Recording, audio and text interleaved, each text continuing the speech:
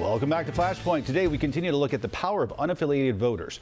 North Carolina now has more of them versus either party. It's a big shift just in the last week or so. Here in Mecklenburg County, there are still more Democrats, but unaffiliated voters beat out registered Republicans years ago. And someone running as an unaffiliated candidate has to jump through extra hoops just to get on the ballot. Jennifer Moxley knows firsthand. She's looking to run for Charlotte City Council in District 1 as an unaffiliated candidate. First, though, she's got to get 1,323 signatures in the district to appear on the ballot. Jennifer, thanks for coming on. We appreciate it. Absolutely. All right, explain, for one, why that odd number?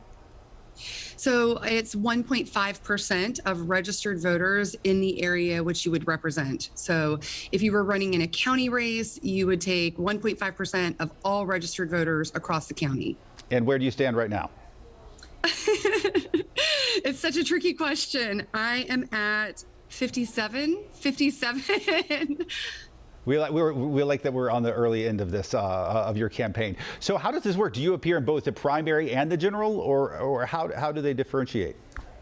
So if I'm able to get the number of if I'm able to get the number of signatures that I need to appear on the ballot, then I would be on the ballot for the primary, whenever that's going to be. So the deadline for me to turn in the signatures to the Board of Elections for verification is also still up in the air. It's either in April or in early May. But I definitely am not wasting any time. I'm doing the best I can, being an entrepreneur, working full time, having commitments, and then trying to go out and meet random people, give them my pitch, and get their signature on a piece of paper. So if you appear in the primary, are you primarying against other unaffiliateds? Is that how it works? Yeah, I'm not real sure of the details of that. There is an option for other people to do what I'm doing. I asked the Board of Elections because a lot of people have come up to me and asked about this. We have so many unaffiliated voters in the county, and because District 1 doesn't have a lot of unaffiliated candidates in the conversation other than myself, a lot of people have asked, can I do what you're doing? And absolutely, you can. You have to fill out a form and send it to the Board of Elections, and they'll give you the printout with your name on it and slots for 20 signatures. And then if you turn it in on time and they're validated, then you would be on the ballot. And I don't know what that looks like. This is all still a very new experience for me, as it is for a lot of people, because not many people were aware that I would have to petition to be on the ballot. And to that point, how do you think that impacts our politics, that we have unaffiliated voters outnumbering the other two parties when it comes to the state of North Carolina? In Mecklenburg County, Democrats still outnumber, but I mean, it's not that big a difference, and unaffiliated still far outnumber Republicans. What do you think that does to our politics when those numbers are what they are, yet a candidate like you has to jump through the hurdles you have to?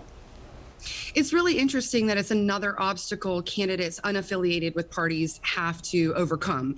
And if I had my money order ready to file $216, and to find out that I now have this next step is just another thing in our elections process that isn't fair and equitable. And I'm hoping to bring light to that so we can have these conversations and see what needs to be done, if anything. The overwhelming response from people I've personally met and talked to is, this is not fair. Even if I was registered Democrat or Republican, I would not have needed an endorsement from the actual party. I just would have been registered. I would have randomly walked in off the street, paid $216, and been on the ballot. So the argument that being unaffiliated, we don't want every Joe Smith and Nancy off the street running as an unaffiliated candidate is really not valid, because that could happen as a Republican or a Democrat, and we're not seeing that happen now. Kind of. Let me ask you, some people would say, well, why don't you just run as a Democrat or a Republican? Or why are you unaffiliated? Well, I've been a news reporter most of my career. I've worked in the media. I've worked with both campaigns, from the local level all the way up to the presidential campaign. I've worked with both parties. Not only the fact that my career lends itself to be an unaffiliated candidate, but my personal beliefs lie in the middle of a lot of issues, like a lot of people. There's so much gray area in the major topics that we talk about, and even in the nitty gritty.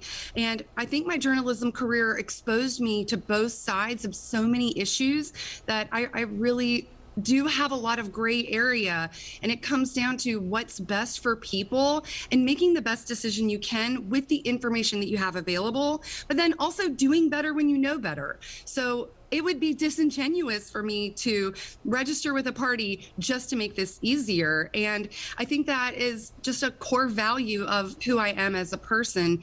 Why make it easier just because it can be easier when that's not really what I stand for? Yeah. And I also want to add, this is my first journey into politics, but I already know I don't want an organization telling me what's best for the people in my community and the people in District 1. I already know that.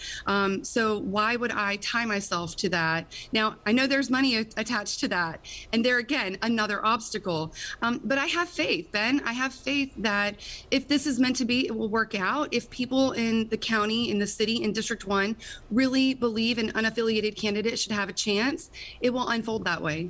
And people might not realize this because, of course, journalists and media members get a bad name, but most journalists and members of the media I know are fairly fair-minded and independent-minded people, and folks don't realize that. Go ahead. That media background truly exposed me to every side of so many topics and really core values that I believed one way as a young person, and then was exposed to firsthand experiences and really changed my perspective. And then I take that information, and anyone who knows me knows I share that information as an educator. It's just a part of who I am. I love teaching people things. I love learning something, gleaning information, and then sharing that with others so we can be just a more informed community. And this process has really been one of those things, the unaffiliated candidate process. I know you say that it's unfair, and I think a lot of people sort of are hearing you and agree with that, considering the numbers of unaffiliated voters in Charlotte and across the state of North Carolina. But you referenced this a second ago. Election workers, if they were here right now, they would say having a petition, at least for unaffiliated candidates, weeds out some of the non-serious candidates. Otherwise, nothing would stop us from having 500 people running for a specific office. The parties have it in their best interest not to let that happen for them. There's not that sort of mechanism in place for that to happen for unaffiliated. What would you say to those election workers who say, hey, guys, this keeps us from having just chaotic ballots? Yeah, I would push back and say, well, what measures are in place to stop me from being a Democrat or a Republican, paying $216 and being on the ballot? There are no measures in place for either political party to weed out candidates from filing. There are none. Now, once you file and you're on the ballot, now the political party gets involved and can stand behind people. But that's not what people are talking about when they ask your question. We don't want them on the ballot. We don't even want their name out there, because they're wingnuts. But I'm going to push back on that because, again, if I had been a Republican or a Democrat, my name would be on the ballot, along with all the other people who had $216 that weekend. That week. Well, it's an interesting topic in a growing and changing sort of landscape of politics here in Charlotte and across the state as well. And then if I can just add also, why do we want the process to weed out people? I don't think that is really how Americans view our election process. We don't want money. We don't want the process to weed out viable candidates or people who represent the community. And as someone with no political background, I have no family money, I have no legacy last name, I'm exploring this journey of what is it like for someone who is a civic-minded person to actually run for office and make it. And so when we start seeing snarky comments and when we start feeling this kind of, who do you think you are, that also makes me raise eyebrows of, well, isn't that what this process is supposed to be? And I've been a citizen in this community for a very long time, incredibly involved. I've taken the Citizens Leadership Academy, the Fire Department Academy. I'm currently in the Aviation Academy. I took the Sister Cities Ambassador Program. So I've been actively engaged in learning about Charlotte, so I may be a public servant.